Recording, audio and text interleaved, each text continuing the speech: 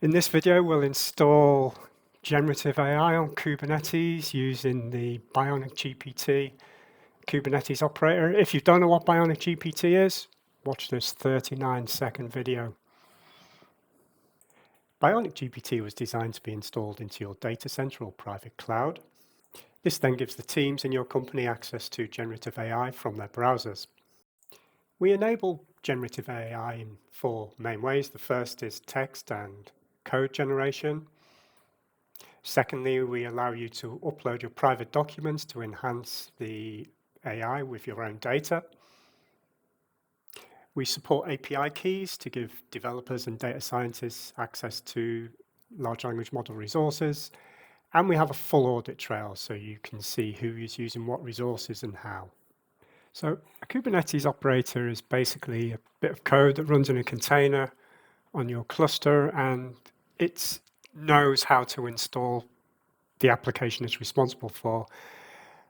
Our operator is available on GitHub. You can see the code. It's written in Rust. It's quite nice, actually. I hadn't written one before, and I'd previously been using infrastructure as code, and actually this is like a much nicer way to do it. I can stay in Rust, and I've got a lot more power to enable me to install the application the way it wants to be.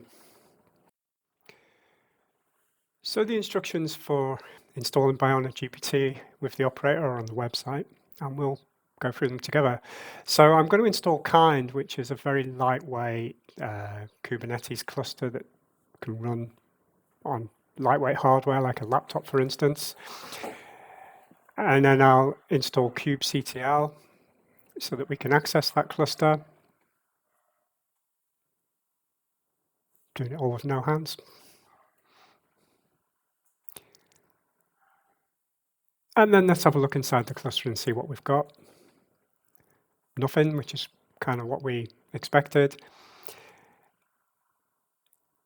Now this config here will create a cluster with the name Bionic GPT, and it also does some port mappings for us. So it's going to open up port 443 for TLS, which is something we'll use later.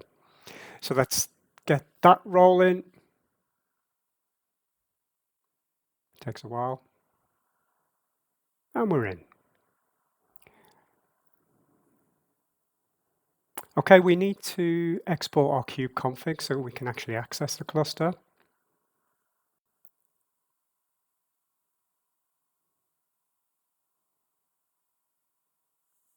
And we can do a kubectl get pods, and then we should see if this connects, then we know everything's good, and everything's good. I'm going to install K9s, which is like a CLI or a TUI for accessing Kubernetes. I really like it. I think it's a cool tool. So let's have a look at that. We can see inside our cluster, nothing there yet, but that's going to change in the future. All looking good. And if you want to quit, it's :Q.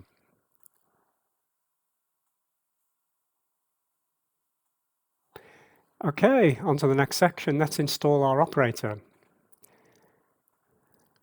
So we're going to apply the operator config so that this cluster will then know how to install Bionics. We can get the CRD, the custom resource definition, make sure it's there, and it is, looking good. And we'll create a namespace in our cluster called Bionic GPT.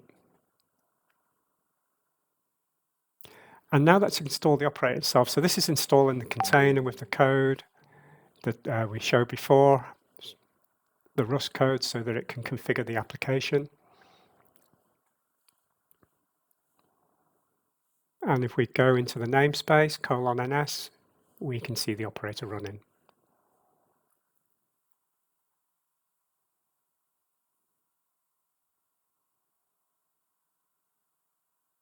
Okay, so now we can actually install Bionic itself.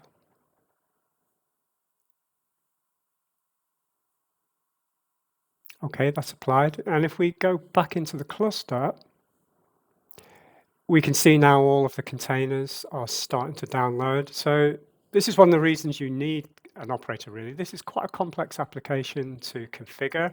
So it makes sense that we supply the code that configures that and make takes care of security and so on.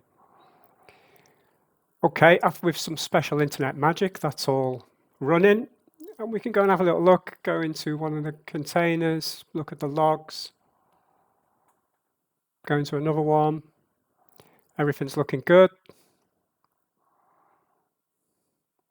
So we can move on to the next stage. And the next stage is, it's great having the application running in Kubernetes, but how do we access it? Well, we need Ingress. So we're going to use the Nginx Ingress operator, which installs like this.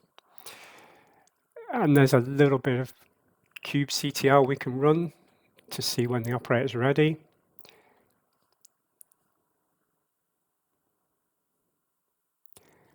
That's good to go.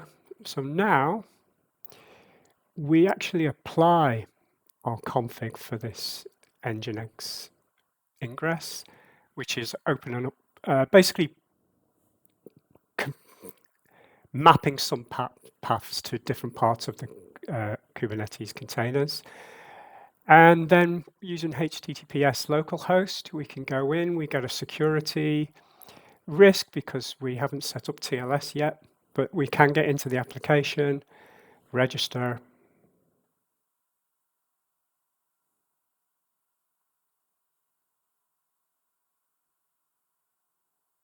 And when I finish typing with no hands, we are in. And a little sanity check there, let's see what it looks like to run generative AI on Kubernetes.